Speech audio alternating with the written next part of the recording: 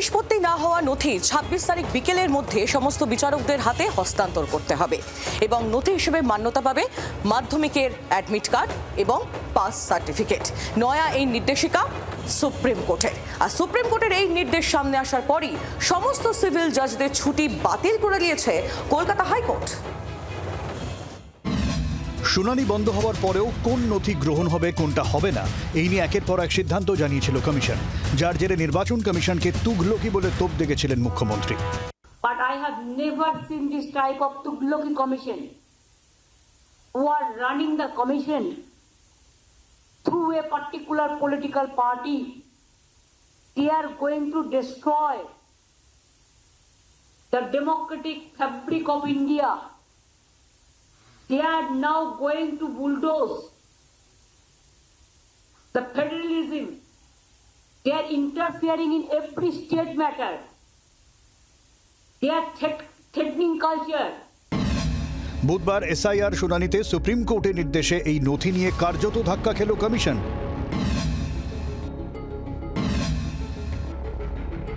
SIR এ মাধ্যমিকের admit card গ্রহণ নিয়ে অবশ্য আপত্তি তোলেন কমিশনের আইনজীবী ডিএস নাইডু। তিনি বলেন, আধারের মতোই মাধ্যমিকের অ্যাডমিট কার্ড স্বতন্ত্র নথি হিসেবে ব্যবহৃত হতে পারে না। বিচারপতি জয়মাল্য বাগচি জানান, একক নথি হিসেবে মাধ্যমিকের অ্যাডমিট কার্ডের কথা বলা হয়নি, বরং পাস সার্টিফিকেটের সঙ্গে এটাকে জমা করতে হবে।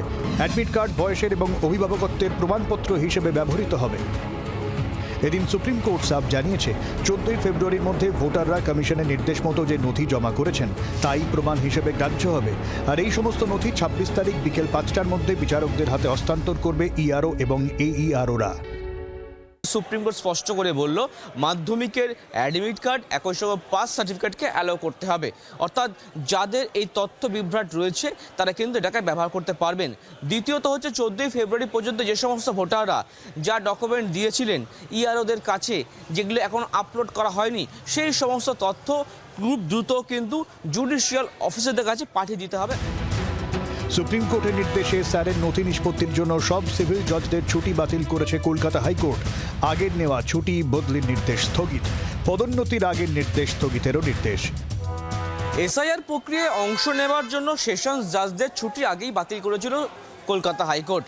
এবার দেখা যাচ্ছে যে দেওয়ানি আদালতের যে বিচারকরা আছেন বা দেওয়ানি বিচারক, সিভিল জাজ, তাদেরও ছুটি বাতিল করার সিদ্ধান্ত নেওয়া হয়েছে, কারণ তারা ইতিমধ্যে আমরা দেখেছি যে এসআইআর প্রক্রিয়ায় অংশ নিয়েছেন, সেই কারণে কিন্তু এই নির্দেশিকা জারি করা হয়েছে। এদিকে বুধবারই জুডিশিয়াল অফিসারদের দুভাগে ভাগ করে প্রশিক্ষণ দিয়েছে কমিশন। সকালে প্রথম ভাগে ট্রেনিং হয় ভার্চুয়াল মাধ্যমে, দুপুরে ভার্চুয়াল মাধ্যমে দ্বিতীয় ভাগে ট্রেনিং হয়। ট্রেনিংয়ে এসআইআর নিয়ে নানা প্রশ্নের ব্যাখ্যাও দেয় কমিশন। অর্ণবাংশ নিয়োগী অর্কদত্ত মুখোপাধ্যায়ের রিপোর্ট, জি 24 ঘন্টা। বাংলার আওয়াজ, বাঙালির আবেগ, জি 24 ঘন্টা।